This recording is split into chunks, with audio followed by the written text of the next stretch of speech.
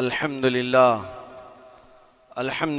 الحنان المنان الذي خلق الإنسان وعلمه البيان والصلاة والسلام على رسوله سيد الإنس والجان وعلى آله وأصحابه ذوي الخير والإحسان أما بعد فأعوذ بالله من الشيطان الرجيم بسم الله الرحمن الرحيم وما الله بغافل عما يعمل الظالمون انما يؤخرهم ليوم تشخص فيه الابصار صدق اللہ مولانا العظیم۔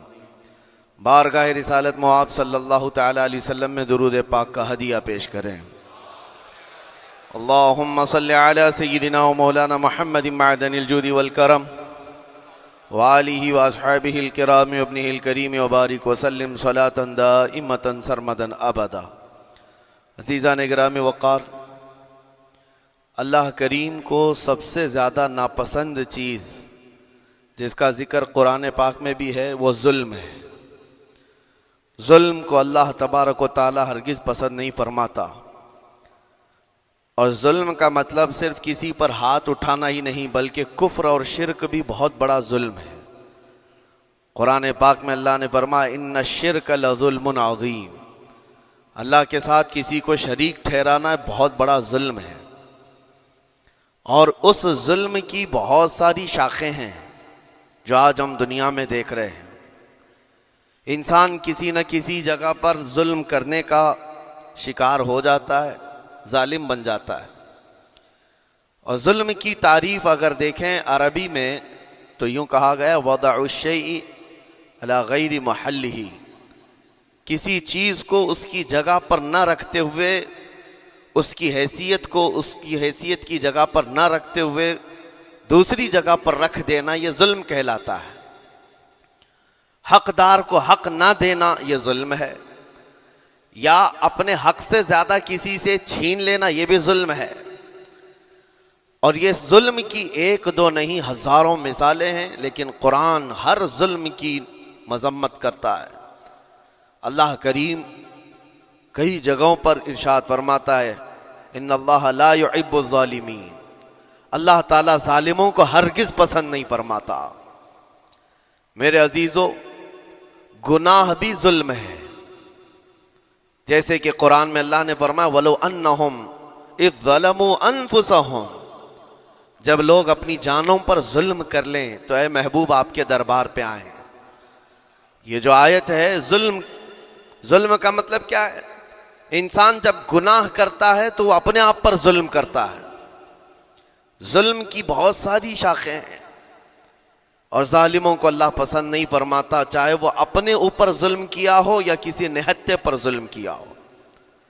آج دنیا میں جو حالات ہم دیکھ رہے ہیں، ظالموں کا ظلم عروج کو پہنچا ہوا ہے، اور قرآن پاک میں رب تعالیٰ نے ظالموں کی نشانیاں بھی بیان کی، ایسا نہیں کہ یہ پہلی مرتبہ ہوا ہے۔ اللہ تعالیٰ فرماتا ہے وَكَم مِّن قَرْيَةٍ أَهْلَكْنَاهَا، کتنی بستیاں ایسی ہیں جن کو ہم نے ہلاک کر دیا۔ رب تبارک و تعالیٰ نے ان کو ختم کر دیا کیونکہ وہ ظالم تھے۔ ظالموں کی بستیاں جو ہلاک ہوئیں، قرآن پاک میں 3 مثالیں آپ کو بتاتا ہوں۔ ایک نوح علیہ السلام کی امت اور ان کی آبادی، دوسری حضرت لوط علیہ السلام کی قوم، تیسری حضرت صالح علیہ السلام کی قوم۔ یہ تینوں قومیں ایسی ہیں، گناہ میں تو تھی لیکن غرور بہت زیادہ تھا، گھمنڈ بہت زیادہ تھا۔ آج کے دور میں اگر کسی کے پاس پیٹروٹ میزائل ہیں اور بم بارود کی طاقت رکھتا ہے، نیوکلیئر پاور ہے، تو وہ یہ سمجھتا ہے مجھے کوئی شکست نہیں دے سکتا۔ یہ ہر دور میں ظالموں کا خواب رہا ہے، ہر دور میں ظالم اسی طرح کی فکر رکھتے ہیں۔ نوح علیہ السلام کی قوم بہت مضبوط قوم سمجھی جاتی تھی۔ اللہ تعالیٰ نے اپنے نبی کو جب حکم فرمایا کہ آپ ایک کشتی بنائیں بہت بڑی، تو وہ آپ کا مذاق اڑاتے تھے۔ یہاں دور دراز کہیں نہ ندی ہے، نہ نالا ہے، نہ سمندر ہے، کشتی کس میں چلاؤ گے؟ اللہ کے نبی کو پتا تھا کہ عذاب آنے والا ہے، اور اپنے ایمان والوں کو آپ ڈرا بھی رہے تھے، لیکن کفار و مشرکین غرور و تکبر میں ایسے تھے یہاں تک کہ نوح علیہ السلام نے اپنے بیٹے کو بلا کر کہا جو کافر تھا، کہا میرے ساتھ آ جا، یا بنی ارکم معنا ولا تکن مع الکافرین، بیٹا ہمارے ساتھ آ جا، کافروں کے ساتھ مت جا۔ اس نے کیا کہا؟ قال سآوی الی الجبل یعصمنی من الماء، میں تو پہاڑ کی اونچی چوٹی پر چلا جاؤں گا، تمہارا پانی مجھے کچھ نہیں کر سکے گا۔ یہ اس وقت ظالموں کا خیال تھا، گمان تھا۔ پھر اللہ تعالیٰ قرآن پاک میں فرماتا ہے وَفَجَّرْنَا الْأَرْضَ عُيُونًا، ہم نے زمینوں کے سارے چشمے پھاڑ دیے، ہر جگہ سے پانی کے سوتے نکلے، اور پھر آسمان کے سارے دروازے کھول دیے۔ فَفَتَحْنَا أَبْوَابَ السَّمَاءِ بِمَاءٍ مُنْهَمِرٍ، اللہ فرماتا ہے آسمان کے سارے دروازے پانی کے کھول دیے، آسمانوں سے پانی اور زمینوں سے پانی۔ فَالْتَقَى الْمَاءُ عَلَى أَمْرٍ قَدْ قُدِرَ، سورہ قمر کی آیتیں ہیں، رب تعالیٰ فرماتا ہے پانی اتنا بڑھ گیا کہ جو رب تبارک و تعالیٰ کی طے کی ہوئی معینہ نشانی تھی وہاں تک جا کر پانی مل گیا، روئے زمین پر کوئی باقی نہ رہا سوائے حضرت نوح علیہ السلام کی کشتی کے، کوئی نہیں باقی رہا۔ جب یہ پانی پھیل گیا، کیا پہاڑوں کی چوٹیاں، کیا محلوں کی اونچائیاں، سب غرق ہو گئے، اور وہ جبابرہ، وہ قوت کے بادشاہ جو کہتے تھے ہمارا کوئی کچھ نہیں بگاڑ سکے گا، سڑ گئے پانیوں میں۔ صرف پانی اللہ تعالیٰ بھیج دے تو انسان اسے روک نہیں سکتا، عذاب الہی کو کیسے روک سکے گا؟ دوسری گھمنڈی قوم، غرور میں مبتلا قوم تھی حضرت لوط علیہ السلام کی قوم، جو بدکاریوں میں ملوث تھے۔ اللہ کا جب عذاب آیا تو قرآن پاک میں رب تعالیٰ فرماتا ہے وَأَمْطَرْنَا عَلَيْهِمْ حِجَارَةً مِّن سِجِّيلٍ، نوکیلے پتھروں کی ہم نے ان پر بارش کی۔ فَجَعَلْنَا عَالِيَهَا سَافِلَهَا، ان کی اونچائیوں کو اٹھا کر کے نیچے پلٹ دیا گیا، زمین کو فرشتوں نے اوپر تک اٹھایا اور اس کے بعد پلٹ دیا۔ یہ پوری بستی غرق ہو گئی، ختم ہو گئی۔ یہ بستی بھی وہی تھی جس کو حضرت لوط علیہ السلام بار بار تنبیہ کرتے تھے کہ ظلم سے بچو، ظلم سے بچو، ظلم اللہ کے عذاب کو دعوت دیتا ہے، لیکن وہ مذاق اڑاتے تھے، اور جب ہلاک و برباد ہو گئے، ختم ہو گئے، ان کی نشانیاں بھی باقی نہیں رہی۔ وہ پتھروں کی بارشیں کہاں ہوئی تھی واللہ عالم، لیکن میرے عزیزو ہم نے دیکھا ہے جہاں یہ قوم آباد تھی اس علاقے کو آج بتایا جاتا ہے وہ جارڈن کا علاقہ تھا، بحر مردار جہاں پر آج باقی ہے، ڈیڈ سی۔ میں خود سفر پر دیکھا، جارڈن کی ایک سرزمین پر گاڑی چلتی جا رہی ہے اور کالے کالے پتھر، جہاں تک نظر کرو صرف پتھر ہی پتھر ہیں، بہت نوکیلے۔ ایسے پتھر میں نے دنیا میں دوسری جگہوں پر نہیں دیکھا۔ آج بھی اسی طرح سے باقی تقریباً 100 کلومیٹر 150 کلومیٹر تک صرف پتھر ہی ہے، بیچ میں صرف ایک روڈ جاتا ہے، اس کے بعد نہ کوئی درخت دکھتا ہے، نہ کوئی عمارت ہے، نہ کوئی پہاڑ ہے، صرف پتھر، پتھروں کا صحرا ہے۔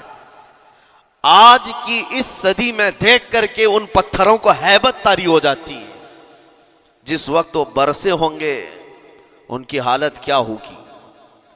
اور میں یہ نہیں کہتا بالضبط کہ یہ وہی پتھر ہیں جو برسے تھے، واللہ عالم، لیکن میرے عزیزوں نشانیاں آج بھی عذاب الہی کی موجود ہیں۔ تیسری قوم تھی قوم شعیب اور قوم صالح علیہ السلام۔ یہ دونوں قوموں کے بارے میں ذکر کرتا ہوں۔ حضرت شعیب علیہ السلام کی قوم صرف ناپ تول میں کمی کرتی اور کفر و شرک بھی کرتے، شعیب علیہ السلام ان کو روکتے تو وہ ان کا بھی مذاق اڑاتے، اور جب عذاب الہی کے آنے کی بات کیا تو جانتے ہیں کیا کہا انہوں نے؟ یہ وہ قوم تھی جو پتھروں کو تراش کر کے گھر بنا لیتے تھے، یعنی پورے کے پورے پہاڑ کو، پتھروں کا جو پہاڑ ہوتا ہے اس کو تراشتے تھے، اور ایک آدمی کا ایک گھر ایک پہاڑ۔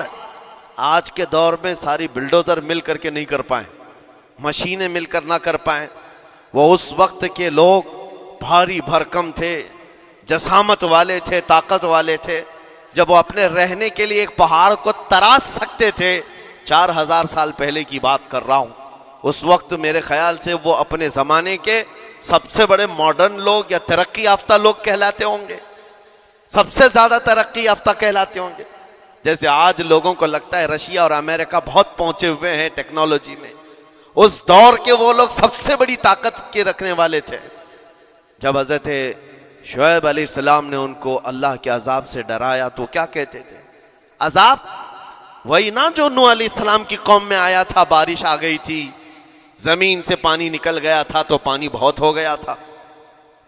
یا پھر وہ جو لوط علیہ السلام کی قوم پر آیا، پتھروں کی بارش، یا پھر ہواؤں کا عذاب. اگر یہ تینوں بھی آئیں تب بھی ہمارے ان پہاڑوں کے گھروں کو نقصان نہیں کر سکیں گے. ان کا اتنا غرور تھا. اگر پانی بھی آ جائے سمندروں کا، یا ہوا بھی تیز چلے، یا پتھروں کی بارش ہو، ہم تو بہت محفوظ قلعوں میں ہیں.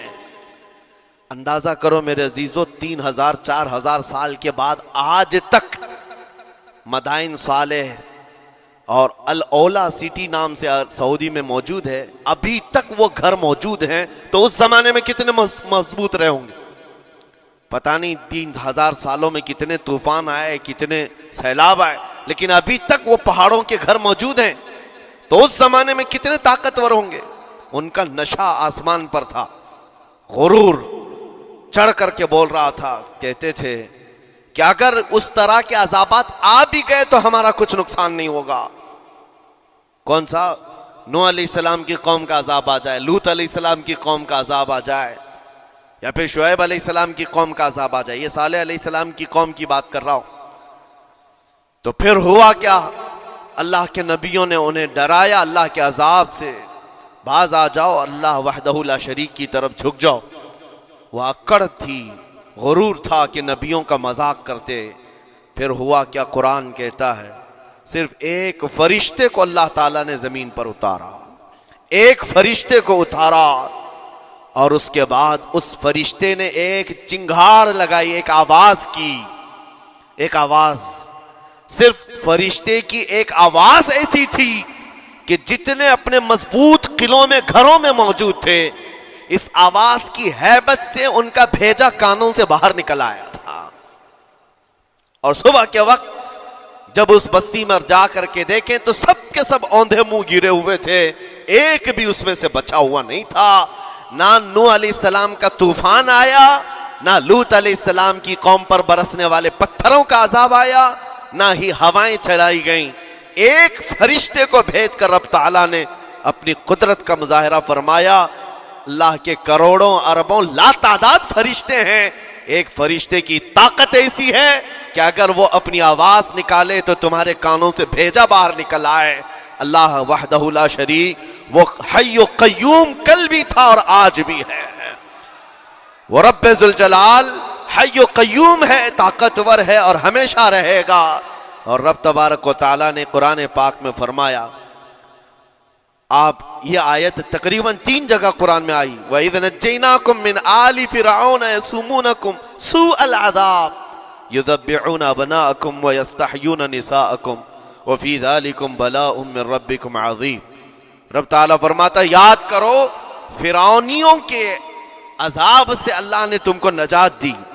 یہ بنی اسرائیل کو کہا جا رہا ہے کہ فرعونیوں کے عذاب سے، کہ فرعون اور اس کے لشکری اس قدر سخت سزائیں دیتے تھے موسیٰ علیہ السلام کی قوم پر، ایمان والوں پر، بنی اسرائیل پر.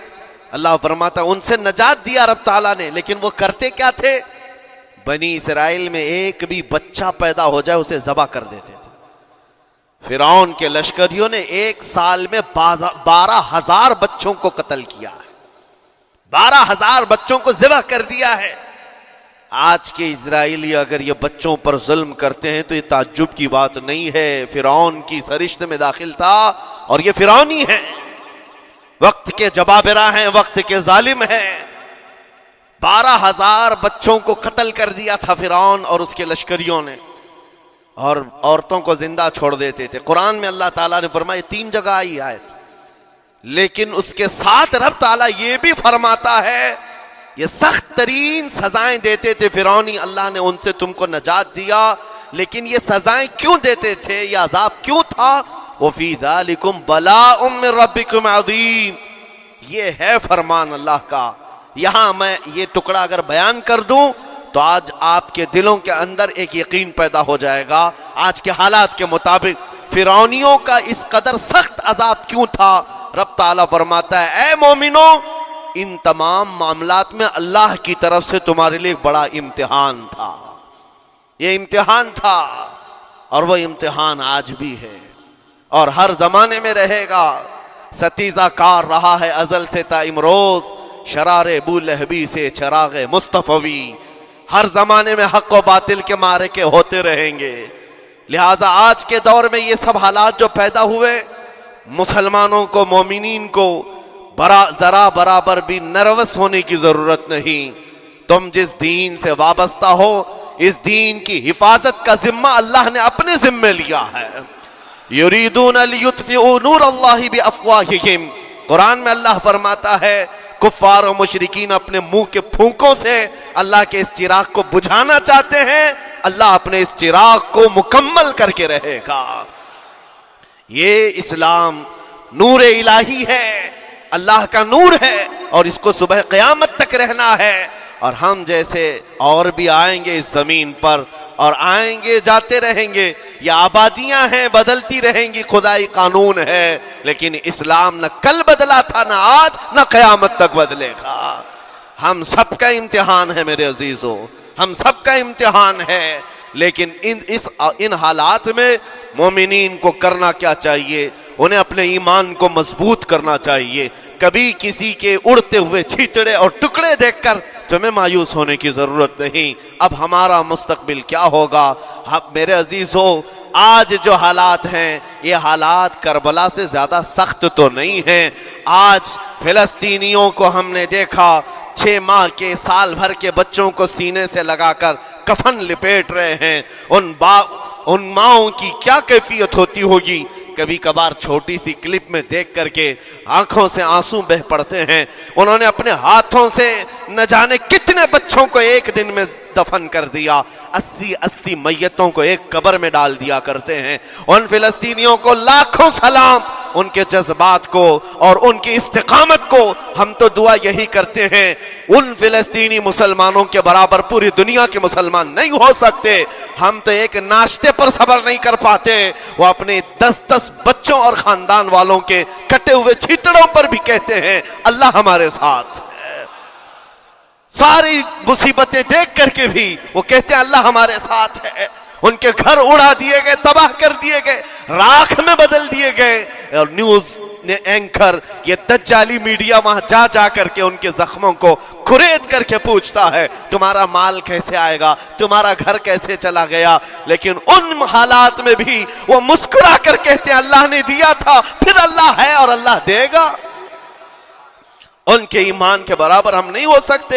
لیکن میرے عزیزو، پوری دنیا کے مسلمانوں میں اس مسئلے نے آج ایک اتحاد کی فضا قائم کی ہے. اگر ہمارے درمیان آج بھی اتحاد نہیں ہو سکتا تو پھر میرے عزیزو، شاعر نے سچ کہا تھا جگہ جگہ کے تھک چکے ہیں تمہیں یہ ہنگامے، نشاط لذت خواب گراں بدل ڈالو. غلط روی سے منازل کا بعد بڑھتا ہے، مسافرو روش کارواں بدل ڈالو. آج کے حالات تمہیں اگر نہیں بدلنے پر مجبور کیے تو پھر بتاؤ کون سے حالات تمہیں بدلیں گے، کب تم بدلو گے؟